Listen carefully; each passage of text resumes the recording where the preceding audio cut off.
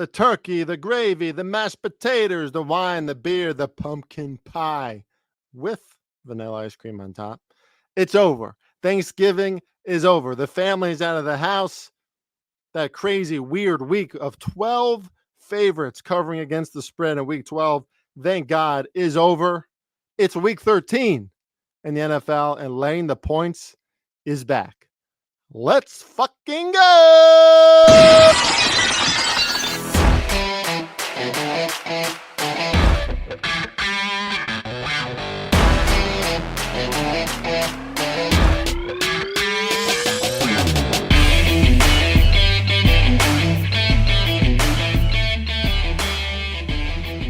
What's up, ladies and gents, and welcome back to Laying the Points with Farley Bets. NFL Week 13 edition. Took a little break last week during those Thanksgiving holidays with the family and all the early prep during the week. And as usual, Thanksgiving week in the NFL is just kind of weird. So a lot of favorites cover. So a lot of public wins. Joey Public, winning a lot. Sportsbooks kind of getting annihilated. That means they're going to make some corrections this week. Probably not going to be a lot of easy favorites to bet on and win. We will talk more about that as we tackle every single Week 13 game as usual. That's what we do here every week on Laying the Points with Farley Bets. 20 to 30 minutes of me talking trash and going over every single bet. My name is Chris R. Farley, professional handicapper now for a good 5 years. At Farley Bets is where you can find me on Twitter. Won a pretty big cash prize in circa 2 years ago. Been hitting at over 55% in the NFL and NBA for a few years and running. Over 200 units won. You can catch me over there at sportswagers.ca for my free picks every single week. Our leans over there at sportswagers.ca have been hitting over 60% for 6 straight weeks, so you do not want to miss that. Sherwood and I, the great Sherwood of Canada, combining for our NFL angles and bets. You can also check out his NHL and college basketball plays on a daily basis, as well as my NBA plays. We mix in a little UFC and tennis during the summer and MLB as well. But it's football season still. It's basketball season. We'll talk more NBA at the turn of the calendar year. But now it's time for NFL Week 13. And ladies and gents, in case you haven't seen from my many tweets, we're having a really good year in the NFL. Up 13 units, but really we should be up way more. Got murdered by a few teasers. And, these money line bets really elude me too. Like I took the Bucks last week. I took the Texans. All good in the hood. But against the spread, we're killing it. 61%. 83 plays, 61% against the spread, plus 22 units, and 18 and 14 for plus 8 units in totals. Next season might just stick to totals and spread bets. As we see, that's probably our bread and butter. I'm doing really well with that this season, and that's what I talk about on this show. I will offer many leans, many thoughts, no official plays. That's reserved for my premium customers. You can check out our official NFL plays at sportswagers.ca every week. They go up on Fridays, by the way. All right, Week 13, starting with the Seahawks and the Cowboys. This line is moving down a little bit. We got all the way up to minus 9.5. 9.5 on the Cowboys, who we know they've been incredible at home, impeccable, but they've also only faced pretty abysmal teams, right? Jets, Giants, I think the Patriots, they annihilated the Commanders on Thanksgiving. Seahawks are not a bad team. They're underperforming. Geno Smith is really struggling, kind of going back to that average barometer that he probably is, right? Like he's a starter in this league, but he's not going to be in the top 10 or top 15 most of the time. And that's what we're seeing now. We're seeing some inconsistency from that Seattle offense. Well, they better bring it in Dallas, and we think they might because motivation, desperation is at an all-time high for Seattle, who is falling behind in that NFC West playoff race. Lost to the Rams twice, and of course, San Francisco is probably going to run away with that division. So the time is now for Seattle. The motivational angle is there for Seattle. I lean Seattle even at plus 8.5. Started around 7 and then ticked up really quickly up to 9.5 at DraftKings. And now we see it dropping to 8.5 at many books. Boy, keep in mind too, right? Sports books got their asses beat last weekend because favorites won 12 out of 16 games. The favorites covered. Books are going to inflate some of these lines to make sure that people don't just casually choose a bunch of favorites and win a bunch of bets again. And this is probably one of the best examples of a lot of steam on the Dallas Cowboys, who've been so good at home. Dak Prescott has been so good. Don't get me wrong. This is a team we're buying. I think they're going to beat Philly in week 14 at home. But that's another reason. Maybe a little look ahead spot. Seattle should keep this game closer than advertised, in my opinion. A lot of matchup advantages for Dallas. I get it. And they've been great at home, but still lean Seattle. At the end of the day, this is about market analysis, right? And if this was week 5, what would the line be between Seattle and Dallas? Probably like Dallas -5. It sure as hell wouldn't be this high. Got to keep that in mind. And I know some of these teams, they're kind of showing us their true identities, but you got to remember these teams when they played at their best, like maybe the Seahawks in week 2 against the Lions. That's probably the version of Seattle that we see at Dallas. It ain't going to be easy for Dallas, my opinion. Dolphins at Commanders. Another inflated line, but this one makes a little more sense. I love the way Miami is playing right now. Pretty big injury to Jalen Phillips. Is that how you say his name? Let me just make sure. I love to butcher names. Yeah. Jalen Phillips, defensive lineman, crucial part of their pressure and run stoppage, out for the year with a torn Achilles. That hurts for Miami, but this is a good defense. They're playing well. And I like that for Miami because Tua and Tyreek and Jalen Waddle, they don't have to be impeccable every single week for the Dolphins to win games. Now, Tua's also stayed healthy, gets very good protection back there. Commanders looking a little better defensively up until last week against the Cowboys, which is just a smash spot for the Cowboys. So I don't know how much you can take from that, but I would still lean Miami here. The weather's going to be just fine in the 50s, maybe a few showers, but two teams on different planets right now. Washington might as well sell their season. I don't know how much more they have to play for.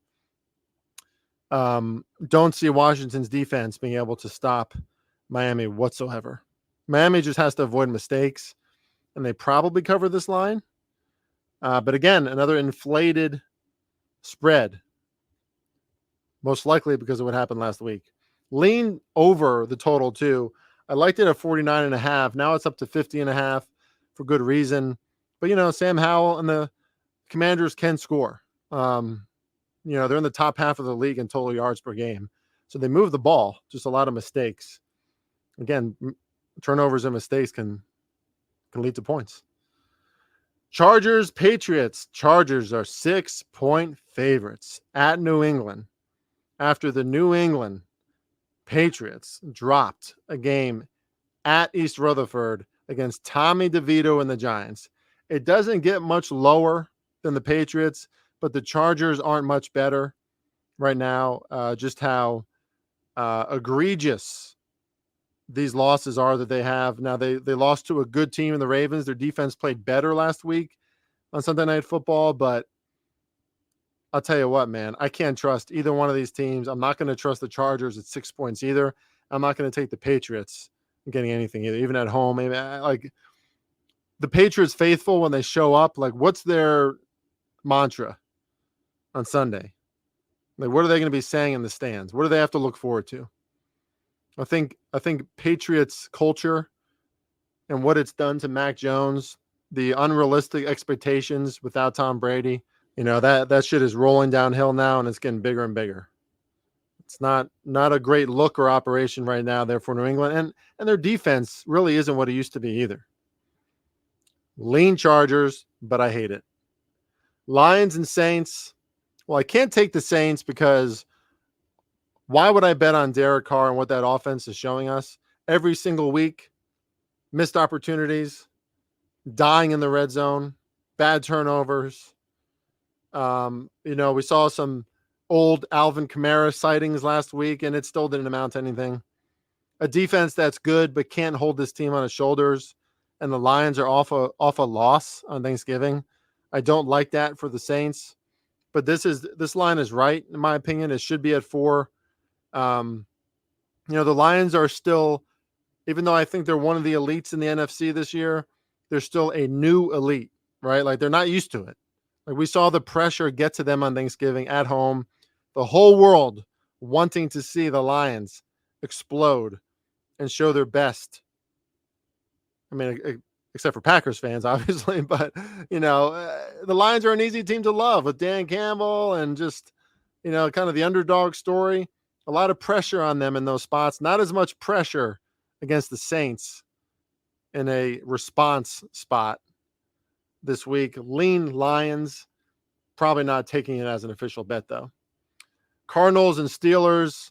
I think if you're going to go aside here, I think you have to go Cardinals. That's as ugly and despicable and gross as it gets. Some of these favorites are still going to cover this week. The Steelers could certainly cover. They looked way better without Matt Canada.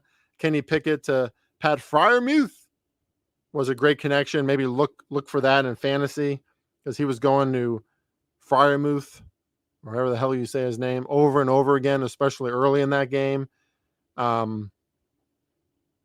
Cardinals defense, Jonathan Gannon. I think Jonathan Gannon is a good coach. I think it's too early to see improvements across the spectrum for their defense. They're just too young, learning on the job. Now, the Steelers' offense is an operation they could probably play well against. And Kyler Murray, he won that first game, then it came back. Everyone's like, Kyler's back. Maybe the Cardinals are a good team now. And they haven't looked like a very good team the past 2 weeks. It looked like the same exact team, maybe even worse without Josh Dobbs. So now it's kind of like Kyler Murray time to prove that he still deserves something here. He's still a number 1 pick. He's still a game changer. Kind of like that angle in this game, as the Cardinals don't have much to play for, but their job's pretty important, right? Their reputation pretty important for money someday. And this is an organization that, they're not going to get the number 1 pick. At least I don't think they will. I think that's the way it's going to shape out. Steelers might fall asleep in this spot as well. It's gross, but I think you can't take the Steelers you can't take the Steelers at a near touchdown yet. Okay, the defense is going to show up. Watt is going to show up, but a touchdown favorite? I don't know, man. Panthers at Bucks, another near touchdown favorite in the Bucks. I want to take the Panthers because Frank Reich was fired, and we know what can happen in some of those operations after someone's fired, along with some coordinators or whatever. I don't know. I'm losing track of all the people who got fired. Deuce Staley got fired, who I think a lot of teams and people around the NFL like Deuce Staley a lot. Interesting decisions being made there by Tapper. What's his name? Jake Tapper, something like that. The owner of the Panthers. Yeah.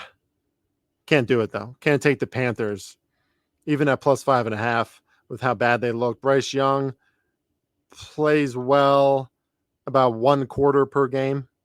And Baker Mayfield and the Bucs have now lost, I think, like 5 out of the last 6, something like that. Maybe 6 out of the last 7. A team that looked like they were going to fight and play really well. Not so much. This is a must-win for the Bucs if they want to stay in the playoff race. I think that's the angle in this game. Do they cover because of that? I'm not so sure. Falcons and Jets, where are the points coming from in this game? The Falcons have a good defense. It's going to be Boyle again. Fucking Tim Boyle. Why aren't we criticizing Robert Saleh? Like, we're criticizing Nathaniel Hackett. He's the play caller. But nothing is improving about the offense, right? Isn't that the head coach's job to make sure that things are getting better, to talk to your offensive coordinator to rally the troops to get this operation going. He looks like he's pissed off and, like has a puss on his face every week on the sidelines, even though his offense looks like the worst in the NFL. And it doesn't make any sense. Like it's Robert Saleh needs to be put on the chopping block a little bit here, in my opinion. But their defense should have a great matchup against the Falcons, who are not an explosive offense. I think there's something like 18th in points per play, something like 24th in yards per play. Just not the explosive offense that we thought they could be. Desmond Ridder is not going to blow away the Jets defense, and they're very run predicated. Both teams are going to be. So this just seems like a game where the clock is going to be running. Defenses are going to be dominating. 14-10 final, something like that. So I would strongly lean under here. I think you have to lean Jets too. I mean, it's fucking gross, but I'm not. Anytime the Falcons are in the spot as like a road favorite, we've seen it before this year. I forget the spot, forget the situation. The Falcons can't be a road favorite. No, I don't think so. Colts at Titans. This line is exactly where it should be. Why? Because the Titans have not lost at Nashville. Technically, they lost a home game at London. Okay, it's not a home game. Haven't lost at home yet at Nashville. Colts have played better, but I think it's a little bit of an overreaction that the Colts are the favorite here. Yeah, they played well last week against the Bucs, who can't win to save their life right now. Baker Mayfield and Mike Evans have a good connection, but we saw how pedestrian that offense can be. Colts defense is playing well, but the Titans defense can play well against a very mistake-prone Gardner Minshew. I don't know, man. This is a tough one because I don't really want to bet on the Titans either, but I want to bet against the Colts after the market and the perception of them is higher after last week. Like that is a team in the Colts that we have to remember that they're extremely average. Now, I will say this, Shane Steichen, damn good coach. Like obviously a very gifted offensive play caller. Like some of the plays that he was dropping out there, how creative they were, the misdirection of it all, fooling the defense off a bye week. That's something to look for with the Colts in the future. But, there's no bye week this week. He's going up against Mike Vrabel and a ready defense. A lot of those same advantages just aren't there for the Colts. They're not at home. So I want to fade the Colts in this spot. I would lean Titans, but I'm not comfortable with that either by any means. Broncos at the Texans. Texans getting that little hook of a -3.5 at home. Is this storybook for the Broncos going to end? What is it? 6 straight wins for Russell Wilson and the Broncos right now? Okay, I'm sorry, 5 straight wins, but Broncos right there in the playoff picture. And there's a lot to like about this team, but the most important facet, like the reason why they're winning games, is this is a physical football team. Right from the jump, like Russell Wilson is not afraid to run the ball. He's running at the right times. The run game has looked a lot better, very physical, blocking downstream, right? Like right in your face run game. And that defense is hitting and playing so much better. I mean, big time credit to Vance Joseph in that defensive turnaround for the Broncos, the same team that allowed 70 points. They've played really well. But CJ Stroud, now off a big division loss, back at home, getting that 3.5 designation. I lean Broncos because I don't think it's not phony. This is a physical, well-oiled machine right now. They believe in themselves, and that's all you need, right? Russell Wilson, kind of an older CJ Stroud in a lot of ways. But CJ Stroud is so good. He's so good. Like this game could be 24-21 if CJ Stroud has the ball last. 28-24 final, Texans cover. That's how he is, and he almost willed the Texans to win that game against Jacksonville still. Right, a missed field goal at the end, right? A 60-yarder, but damn, that was so close to going through. Another reason why one of my bets lost last week is just because that field goal missed or total lost. It's fine. but I lean Broncos, but this one's tight. Not easy. Game of the week, 49ers and Eagles. I'll tell you right now that I gave out 49ers for 3 units minus 1.5 Sunday night or Monday morning, one or the other, to my premium customers. Now it's at 3, and I think it should be. Philly has been outgained by an average of 126 points yards per game in their last 4 contests. You know, the penalties last week that were called, very questionable. I am not one of these guys that thinks the NFL is fixed, but some really terrible officiating in the Bills and Eagles game. I mean, if just 1 or 2 of those calls goes the Bills' way, they probably win. Also, that missed throw, Gabe Davis not turning around in time to see Josh Allen hitting him wide open in the end zone. The Eagles have been very fortunate. The 49ers have not been fortunate. They've been dominant. And as much as, look, I'm the first guy to say Jalen Hurts might be the MVP because that Philly defense has been bad. Like, they make big plays when they have to because the game is still close. So credit to that defensive line especially. But their secondary has not played up to par. They're allowing like 425 yards per game the last 5 weeks.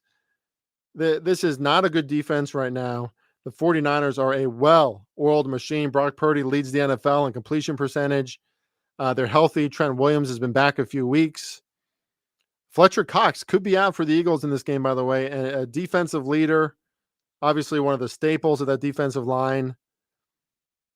And the 49ers, like, I know it's an obvious angle, but it's a real one. They don't forget the NFC playoffs when they didn't have a quarterback and the Eagles won, right? Like that's not going to be the same game if that happens.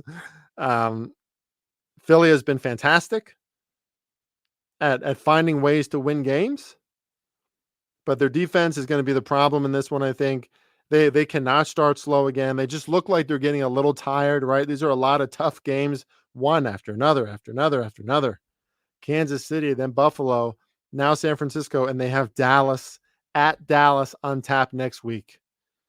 Dallas coming off extra rest as well next week. That has to be on their mind. Strong recommendation to take San Francisco here. But I got them at minus 1.5, and so did my customers. Don't like them as much at 3, but that's a 3-unit play for me at minus 1.5. Browns at the Rams. You know, I say to myself, of course, you kind of want to take the Browns. They're 7-4. They've found ways to win. Their defense has obviously been fantastic, but the Rams looked really good last week. Matthew Stafford finally playing a full game where he didn't throw a pick or anything, no egregious mistakes, just really good quarterback play. And the Browns aren't going to have a quarterback. Like, they're going to have PJ Walker. I don't think Dorian Thompson-Robinson, whatever, I don't think he's starting in this game. He's going through concussion protocol. It's not looking great. He's not that great of a quarterback anyway. PJ Walker has been terrible. Rams defense played really well last week too. Like, the playoff hunt, right? The motivation, the fire to get to the playoffs has officially begun for the Los Angeles Rams. And, Cooper Kupp playing through an injury. He's okay. Obviously, Puka Nacua, if I could say his damn name once right. Puka Nacua. Kyren Williams, coming off of injury, was a huge addition for them last week. And Myles Garrett might not play in this game. I mean, his arm was hanging off of his shoulder last week. Like, why not rest him? Right? In a game you don't necessarily have to win, especially if they're going to have PJ Walker. Like, oh, man. Rams minus 3.5. I don't love it, but that's the direction I lean. Chiefs, Packers, we're seeing this line drop a little bit. Initially it was Chiefs minus 7. Now it's down to 6. Lambeau Field, Packers at home. Packers playing better. Jordan Love. A lot of people didn't want to say nice things about Jordan Love. Didn't think he would become much. He's been up and down a little bit, but recently, and on Thanksgiving, he was fantastic. Confident, showing off a lot of arm strength, showing off an understanding of the offense, like making those throws on time, accurate, way before guys are turning their heads around. And now he's got Patrick Mahomes against him at Lambeau Field. Patrick Mahomes' first time at Lambeau Field, by the way. I like the only way I could go in this case is Green Bay. Now, obviously, these are all just leans, except for San Francisco. I mean, that's an official pick of mine. I told you about it. But Kansas City, I bet Kansas City minus 9.5 last week. They were down 14-0, still covered. And like I love that happened because it proved that was the right side regardless, right? Because this is Kansas City season, right? We're about to enter December. The playoff race is on. They want to be the number one seed as always. KC is probably not losing this game. 6 is a lot of points though on the road. Packers defense playing a lot better too, by the way. Got to lean Green Bay. Wouldn't be surprised if Kansas City still covered, but got to lean Green Bay. Bengals at Jaguars, final game. Talk about another inflated spread. Do the Jaguars deserve minus 8.5? Probably not, but there's no Joe Burrow, right? Like I know it's a professional roster there for the Bengals, but look at Zach Taylor's record without Joe Burrow, something like 4-16 or something. Has he been a coach that long? Maybe it's not that many games, but it's not good. It's not good. And right when Joe Burrow went down in that game against the Ravens, and even last week a little bit, you could just see the Bengals, like they know their like a season that they thought they were going to go to the Super Bowl again. I picked them to go to the Super Bowl again because that's how good Joe Burrow is. That's how good they play when Joe Burrow is healthy and playing well. Season's done, right? Season's done. And if they come out and like on fire, but then Trevor Lawrence and the Jaguars don't fall asleep and they play well and they start scoring, this is a game where they could easily just keep on scoring because the Bengals defense, once they get hit in the mouth a little bit and they fall behind and they don't have Joe Burrow, they keep on falling behind, like it gets worse and worse.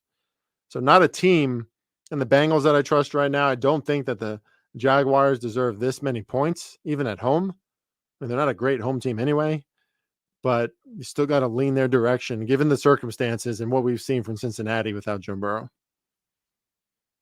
All right, we went over each and every game like we always do. Check us out at sportswagers.ca, ladies and gentlemen. Check me out at Farley Bets. We do this for free. I'm not getting paid anything. It's a little promotional, sure, but I have a little cult following here, a lot of loyal followers. Really appreciate you guys and gals. We'll be back for week 14 of the NFL.